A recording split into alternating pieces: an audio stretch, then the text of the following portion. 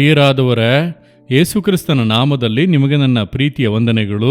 ಇಂದು ಯಾವುದೋ ಒಂದು ಹೋರಾಟದಲ್ಲಿ ಇದ್ದೀರಿ, ಯಾವುದೋ ಒಂದು ಕಾರ್ಯದಲ್ಲಿ ನೀವು ಜಯಿಸಬೇಕು, ಜಯ ಬೇಕು. ಈ ಕಾರ್ಯದಲ್ಲಿ ಏನು ನಡೆಯುತ್ತದೆ ಎಂಬುದಾಗಿ ಭಯಪಡುತ್ತಾ ಇದ್ದೀರಾ? ದೇವರು ನಿಮಗೊಂದು ಒಳ್ಳೆ ಮಾತನ್ನು ಕೊಟ್ಟಿದ್ದಾರೆ. 1 ಕೊರಿಂಥ 15ನೇ ಅಧ್ಯಾಯ 57ನೇ ವಾಕ್ಯದಲ್ಲಿ ನಮಗೆ ಜಯವನ್ನು ಕೊಟ್ಟಿದ್ದಾನೆ, ಆತನಿಗೆ ಸ್ತೋತ್ರ. ದೇವರಿಗೆ ಒಂದು ಹೆಸರು ನೋಡಿರಿ, ಜಯ ಕೊಡುವಂಥ ದೇವರು. ಯೇಸು ಕ್ರಿಸ್ತನು ಜಯ ಕೊಡುವಂಥ ದೇವರು. ಆತನು ಶಿಲುಬೆಯಲ್ಲಿ ಸೈತಾನನ್ನು ಜಯಿಸಿದನು, ಜಯ ಹೊಂದಿದನು. ಯಾವುದಕ್ಕಾಗಿ? ನಮಗಾಗಿ. ನಮಗೆ ಜಯ ಕೊಡಲು ಆತನು ಶಿಲುಬೆಯಲ್ಲಿ ಜಯ ಹೊಂದಿದನು. ಆತನು ಮರಣವನ್ನು ಜಯಿಸಿ ಜೀವದಿಂದ ಎದ್ದನಲ್ಲವ, ಮರಣವನ್ನು ಜಯಿಸಿದನು, ಪಾಪವನ್ನು ಜಯಿಸಿದನು, ಸೈತಾನನ್ನು ಜಯಿಸಿದನು, ಲೋಕವನ್ನು ಜಯಿಸಿದನು. ಯಾಕೆ? ನಮಗೆ ಜಯ ಕೊಡಲು.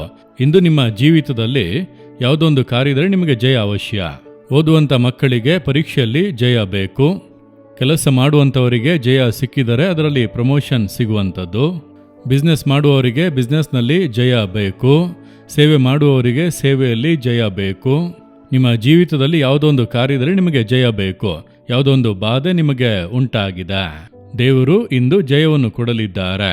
ಜಯ ಕೊಡುವಂಥ ದೇವರಿಗೆ ಸ್ತೋತ್ರ ಎಂದು ನೀವು ಸ್ತುತಿಸಲು ಆರಂಭಿಸಿದರೆ ಸಾಕು. ನಾನು ಹಾಗೆ ಮಾಡುವೆ. ನನಗೆ ಜಯ ಕೊಡುವಂಥ ದೇವರಿಗೆ ಸ್ತೋತ್ರ. ಇಂದು ನನಗೆ ಜಯ ಕೊಡುವಂಥ ದೇವರಿಗೆ ಸ್ತೋತ್ರ ಎಂದು ಸ್ತುತಿಸುತ್ತಾ ಒಂದು ದೊಡ್ಡ ಧೈರ್ಯ ಬರುತ್ತದೆ, ವಿಶ್ವಾಸ ಬರುತ್ತದೆ. ಜಯ ಉಂಟಾಗುವುದನ್ನು ನಾನು ನೋಡಿದ್ದೇನೆ. ಎಷ್ಟೇ ಹೋರಾಟಗಳು, ಇಕ್ಕಟ್ಟುಗಳು ಬಂದರೂ ನೀವು ಜಯಿಸುವಿರಿ. ಅದುವೇ ದೇವರು ನಿಮಗೆ ಕೊಡುವಂಥ ವಾಗ್ದಾನ. ನೀವು ನಂಬುತ್ತೀರಾ?